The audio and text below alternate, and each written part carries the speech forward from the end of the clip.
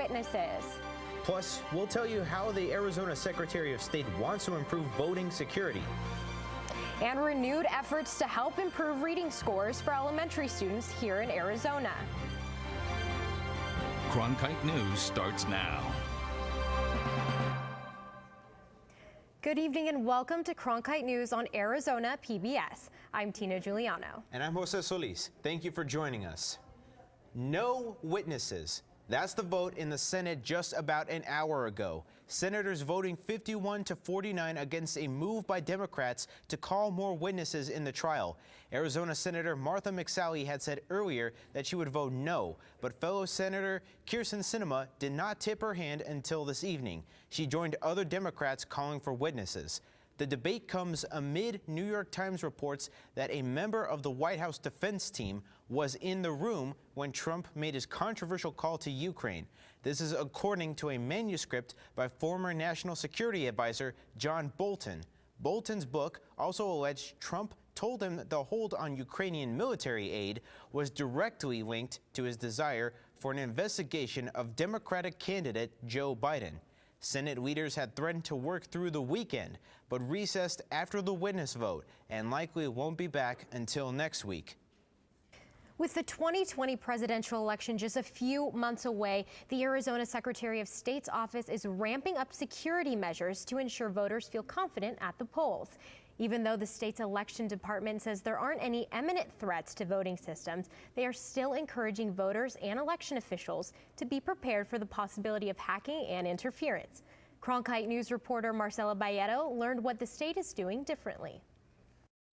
The environment in which we conduct elections has changed a lot. And Secretary of State Katie Hobbs's top mission to improve security measures for elections across the state. With Arizona being considered a battleground state in the upcoming presidential election, Hobbs says the issue of security is critical now more than ever. Arizona is sort of a state that's going to be a hard-fought state on the national stage, and so we want to be prepared. The state is focusing on three main security measures. The first involving physical security of polling equipment outlined in this election procedures manual. It addresses things like storing and transporting and handling equipment, ballots. The second safety concern, cybersecurity. Since the 2016 election, all of our county election officials and our state officials have taken tremendous effort to address what really the new reality is of elections when it comes to potentially foreign interference and these cybersecurity concerns.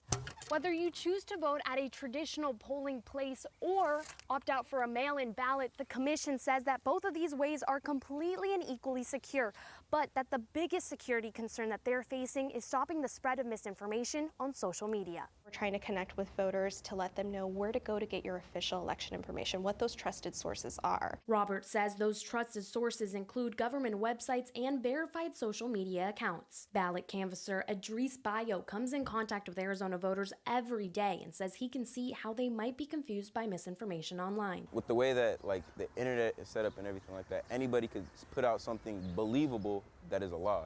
Just because you see something that has my picture on doesn't mean it came from me. Check our social media, check our website. Secretary Hobbs also mentioned that county officials statewide participated in a monthly security call to go over any issues and provide support.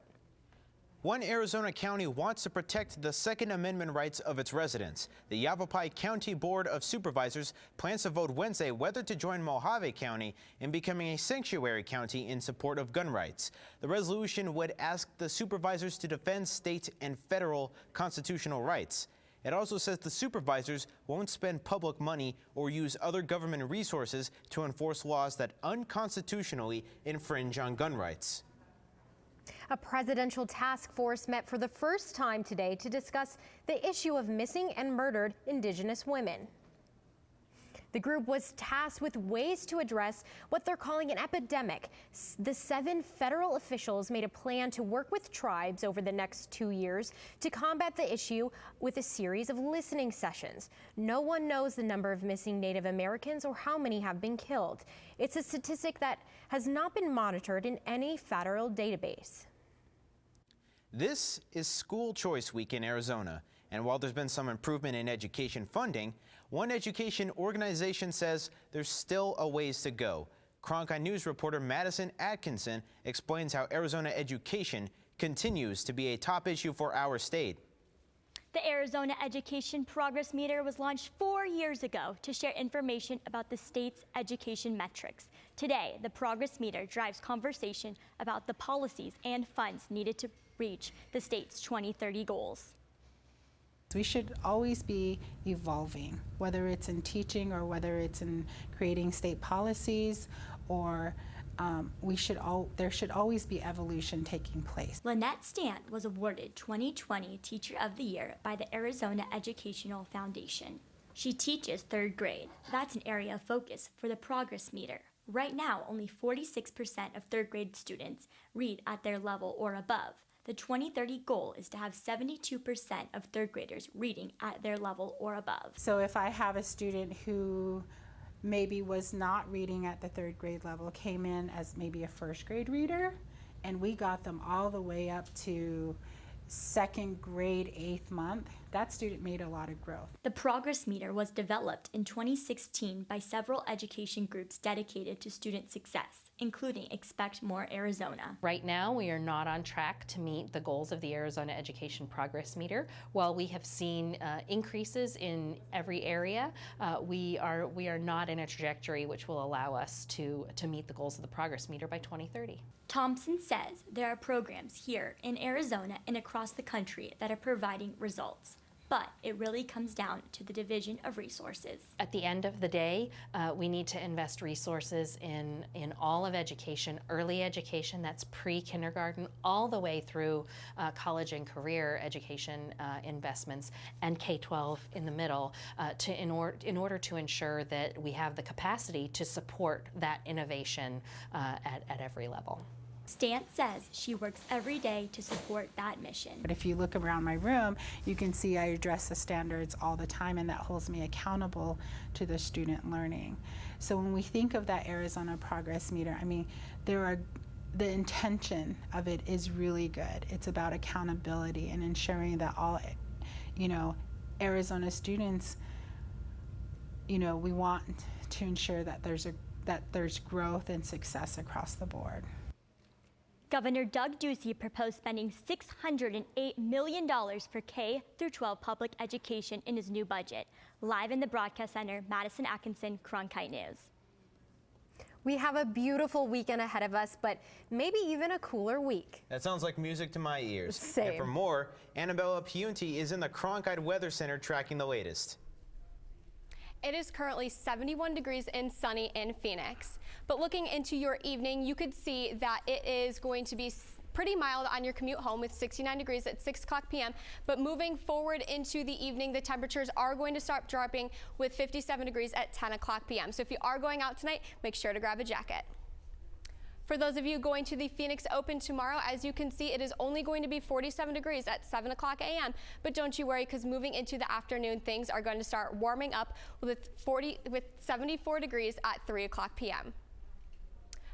For your state highs tomorrow, you could see up in Flagstaff, it is going to be 54 degrees as a high and 62 degrees in Payson. But don't you worry, because moving further south into the state, we're going to start getting a high of 77 degrees in Phoenix and 75 in Tucson.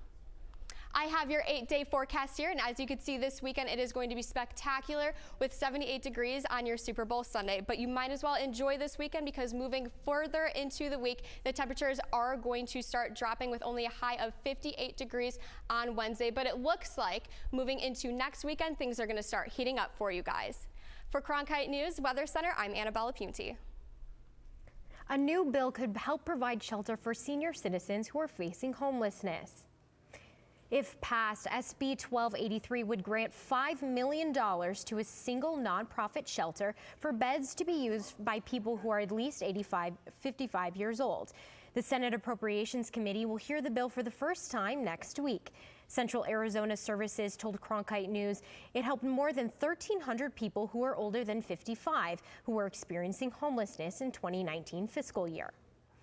When we come back, we take a look at the top stories from the week, including the latest on the North American trade deal, see how the new deal between the U.S., Canada, and Mexico could impact us here in Arizona.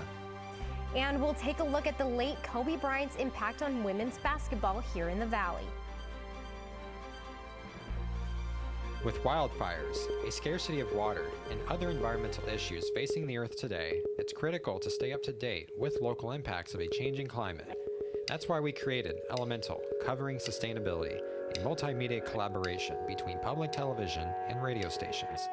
From climate change to water conservation to renewable energy and much more, Elemental covers the latest in sustainability news. Find our stories on our website, elementalreports.com. By the year 2050, there will be more plastic in the ocean than fish.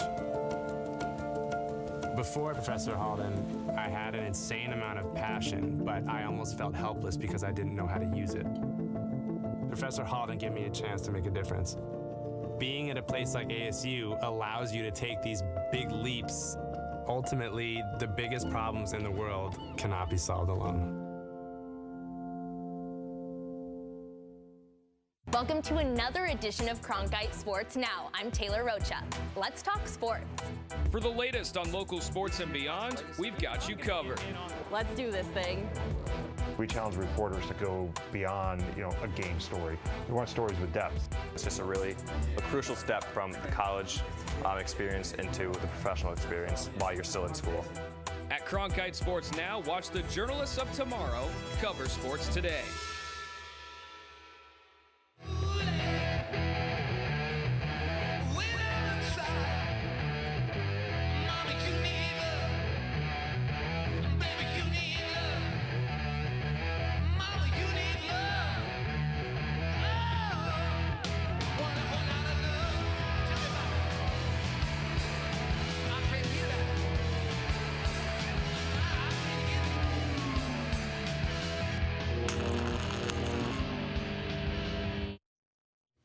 Tonight, we begin with an in-depth look at an issue that's been gaining attention both nationally and here in Arizona: maternal mortality. The death of a woman during pregnancy, at delivery, or soon after. A new state advisory committee is studying these deaths and working to identify ways to prevent them. On the Navajo Nation, one program is giving Native women the tools to help. Cronkite News reporter Jennifer Alvarez traveled to Window Rock to learn more about this unique effort. According to the CDC, women in the U.S. are more likely to die from pregnancy-related causes than anywhere else in the developed world. Native American women face some of the highest rates of maternal death, and right here in Arizona, those disparities are even more profound. So I traveled to the heart of the Navajo Nation and spoke with women there, hoping to combat these numbers by rekindling Native knowledge and teaching traditional practices to promote health. It's building a revolution for us. And I think we're taking back and reclaiming our knowledge. Okay, sweep your teepee, sweep your teepee. Sweeping hands and happy smiles. Make fire! Fill the land on the Navajo Nation. These Native women are finishing up a day of training with a traditional game. They've been learning how to be doulas, or people trained to support women through pregnancy and birth. Basically, they're helpers. And I always compare it to how we help each other in ceremonies. That's how we should help each other during birth and pregnancy and parenting. Melissa Brown knows just how important these helpers can be. My first birth that I had when I was a teenage mother was very traumatic. I didn't understand how my body worked. I didn't understand how labor and delivery worked. I was very scared. I didn't have very much support. And so when I got pregnant with my second daughter, when I had an Indigenous midwife, it made all the difference. I had an unmedicated, beautiful birth. It completely changed my life. It's the first time this kind of training has happened here, and it's important that it does. We're a desert for everything: food, reproductive health care, maternity care. Local experts agree access to prenatal care here is limited. The hospital isn't just around the corner, just around the block. A lot of our care takes probably an hour or so just to get to healthcare facilities. The maternal mortality rate has increased substantially in the U.S. over the past years, and Native women are among those hit the hardest.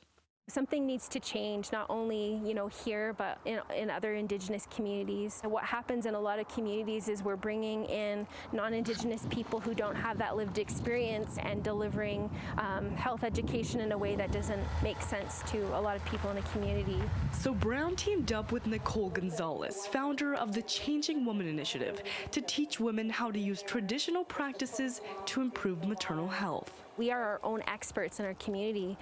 We can help ourselves. We can empower ourselves. We can educate ourselves. That's something that we really advocate for, is that education, that culturally relevant education, acknowledging all of those things that affect our health in our communities that are very different from someone who lived in the city that had access to a variety of services. The Changing Women Initiative held its Indigenous doula training inside this hogan, which the women say was representative of a mother's womb. We weren't able to film inside during the workshop because they wanted to maintain a safe space for Indigenous women. This is like the work of our ancestors and our grandmothers and our aunties. This is all a result of all of those Indigenous women and people that have carried this work over generations for, us and then the next generations.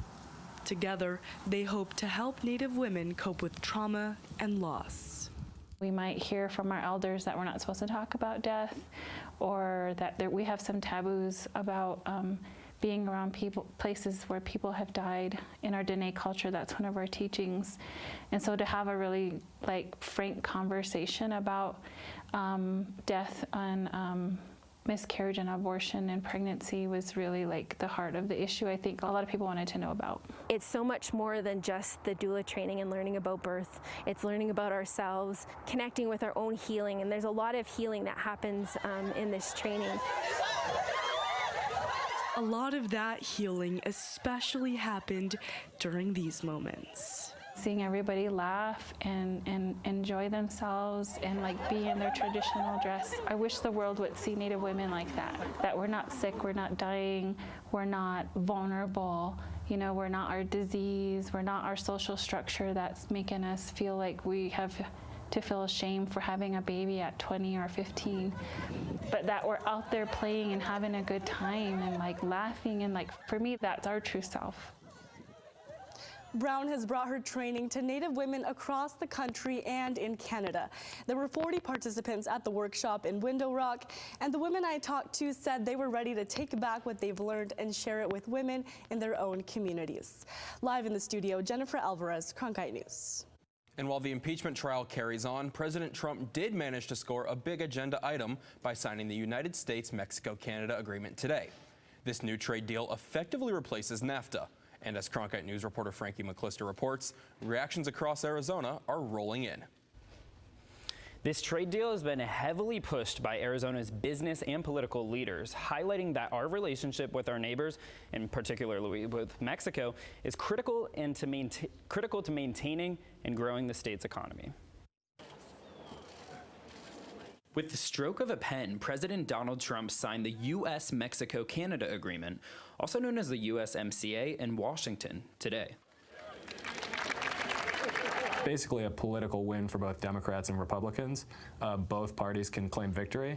Obviously, renegotiating NAFTA was one of the Trump administration's kind of primary policy goals.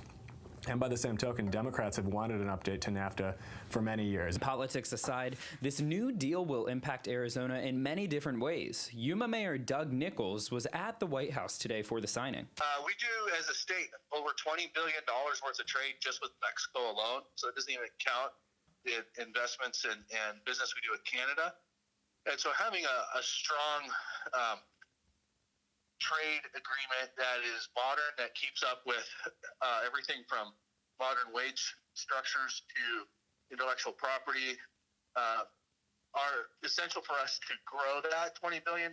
In addition to Nichols, Mesa Mayor John Giles and Arizona Chamber of Commerce President and CEO Glenn Hammer were also at the signing. Republican Senator Martha McSally also on hand, tweeting, "Ready to join POTUS at the USMCA signing. What a great day for Arizona."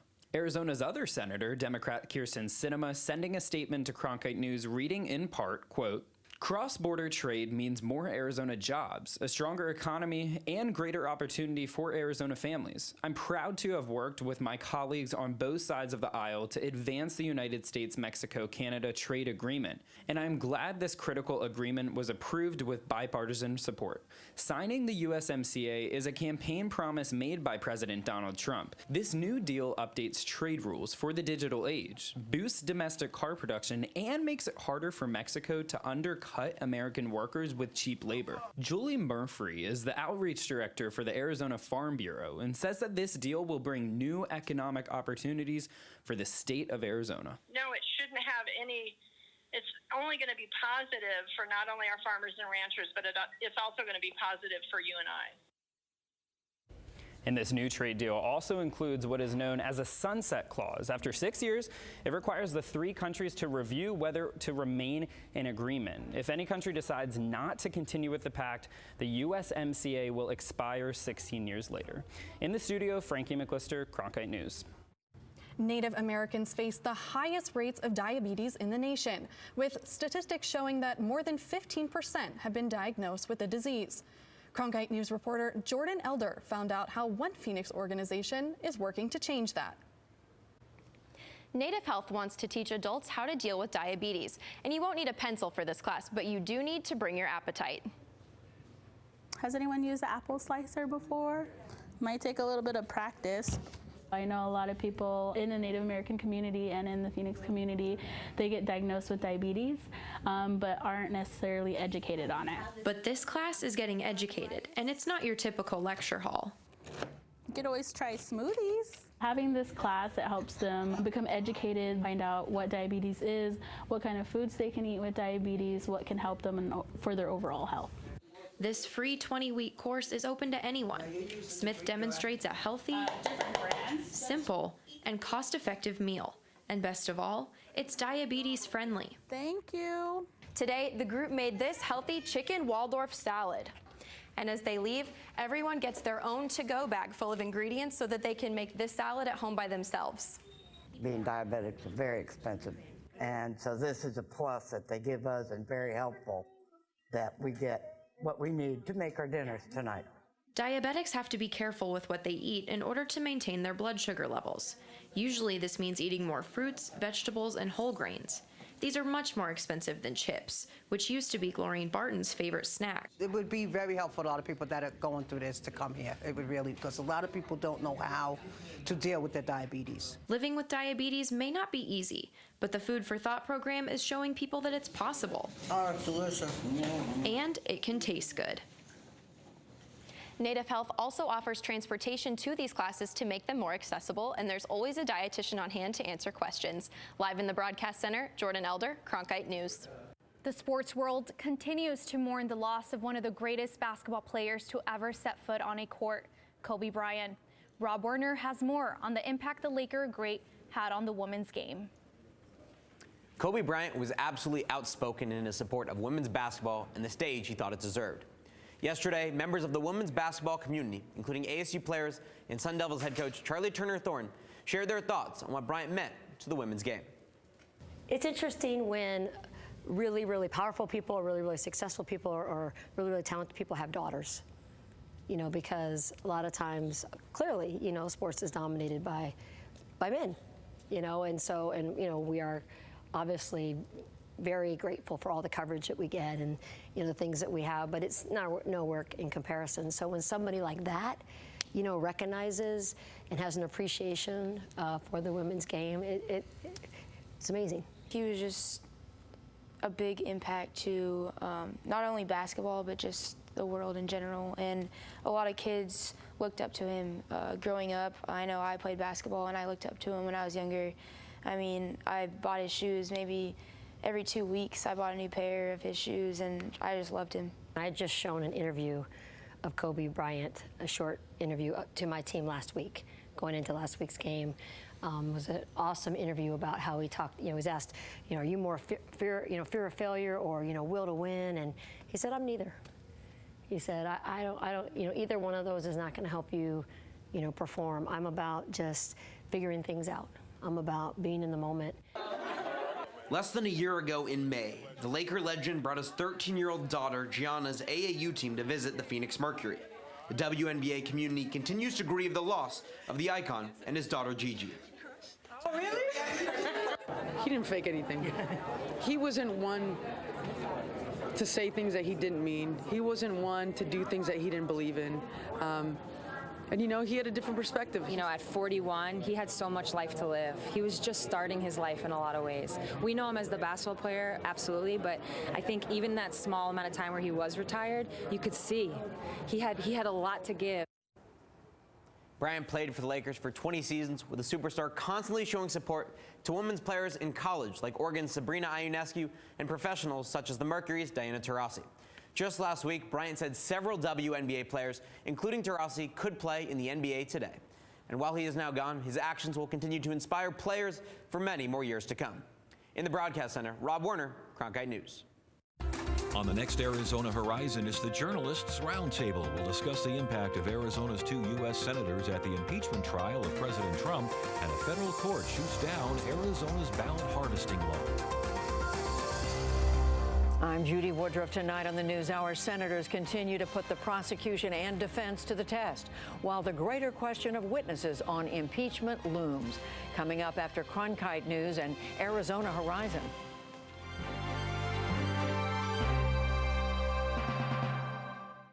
Join us each week on Catalyst, the show that explores new advancements, technologies, and innovations at Arizona State University that are shaping the future for tomorrow and beyond. Catalyst, Wednesdays at 9, right here on Arizona PBS. Support for Arizona PBS comes from viewers like you and from The Persian Room. Travel to another world, to a land of exotic aromas and period decor for a fine dining experience. The Persian Room in North Scottsdale on Scottsdale Road, 1 light north of Frank Lloyd Wright Boulevard. Gourmet exotic cuisine at its best.